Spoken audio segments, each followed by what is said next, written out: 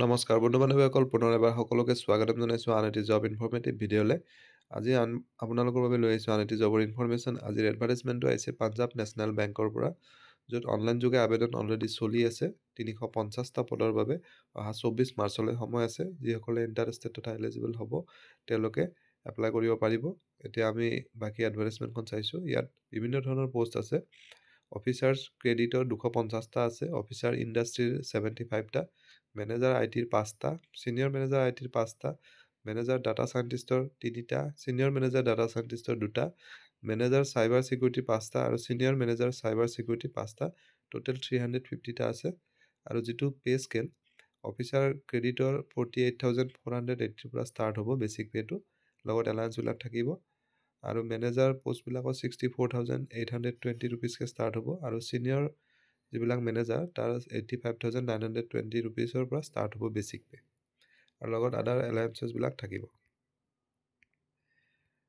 As per reservation যিটো vacancy, breakup vacancy ইয়াত দিয়া আছে ধুনীয়াকৈ, আপোনালোকে চাই ল'ব পাৰিব এবাৰ। এজ লিমিটৰ আপাৰ এজ লিমিটটো ৰিলেক্সেশ্যন থাকিব age per government norms reserve category কেণ্ডিডেটসকলৰ বাবে। আৰু যিটো এক্সামিনেশ্যন চেণ্টাৰ অসমৰ ডিব্ৰুগড়, গুৱাহাটী, যোৰহাট আৰু শিলচৰত আছে। অনলাইন যোগে আবেদন কৰাৰ বাবে যিটো এপ্লিকেশ্যন ফি পে' কৰিব লাগিব, SC, ST, PWBD কেণ্ডিডেটছৰ বাবে 59 ৰুপিজ লাগিব, আৰু আদাৰ কেটেগৰীসকলৰ বাবে 1,180 ৰুপিজ পে' কৰিব লাগিব। অনলাইন যোগে pnbindia.in এই ৱেবছাইটটোত গৈ আবেদন কৰিব লাগিব 3 তাৰিখৰ পৰা 24 মাৰ্চলৈকে চলিয়ে। এতিয়া আহিছোঁ কোৱালিফিকেশ্যন তথা এজ লিমিট। অফিচাৰ ক্ৰেডিটৰ এজ লিমিটটো 21 পৰা 30 ইয়াৰ্ছলৈকে।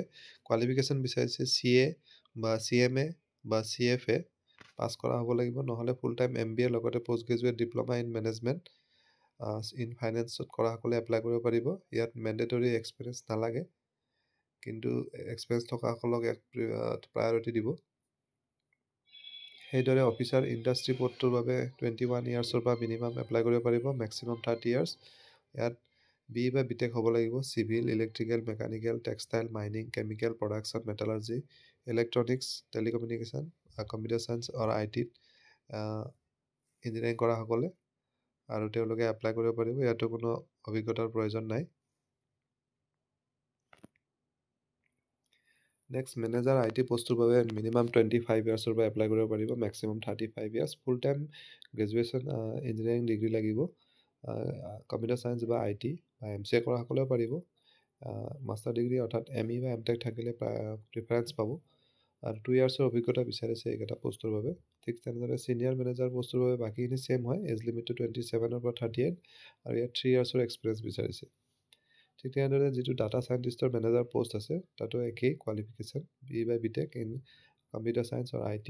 ইয়াতো 2 ইয়াৰ্ছৰ এক্সপিৰিয়েঞ্চ বিচাৰিছে।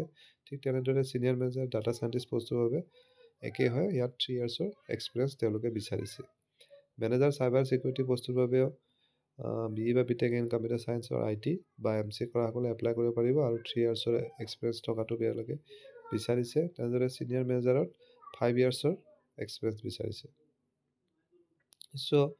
ভালে কেইটামান পদ আছে। যিসকল ইণ্টাৰেষ্টেড তথা এলিজিবল কেণ্ডিডেট হয় তেওঁলোকে অনলাইন যোগে আবেদন কৰিব পাৰিব। আশা কৰিছোঁ আপোনালোকৰ মাজৰ এজন হ'লেও কেণ্ডিডেট উপকৃত হ'ব। পুনৰ এটা নতুন ভিডিঅ'ত লগ পাম। ধন্যবাদ।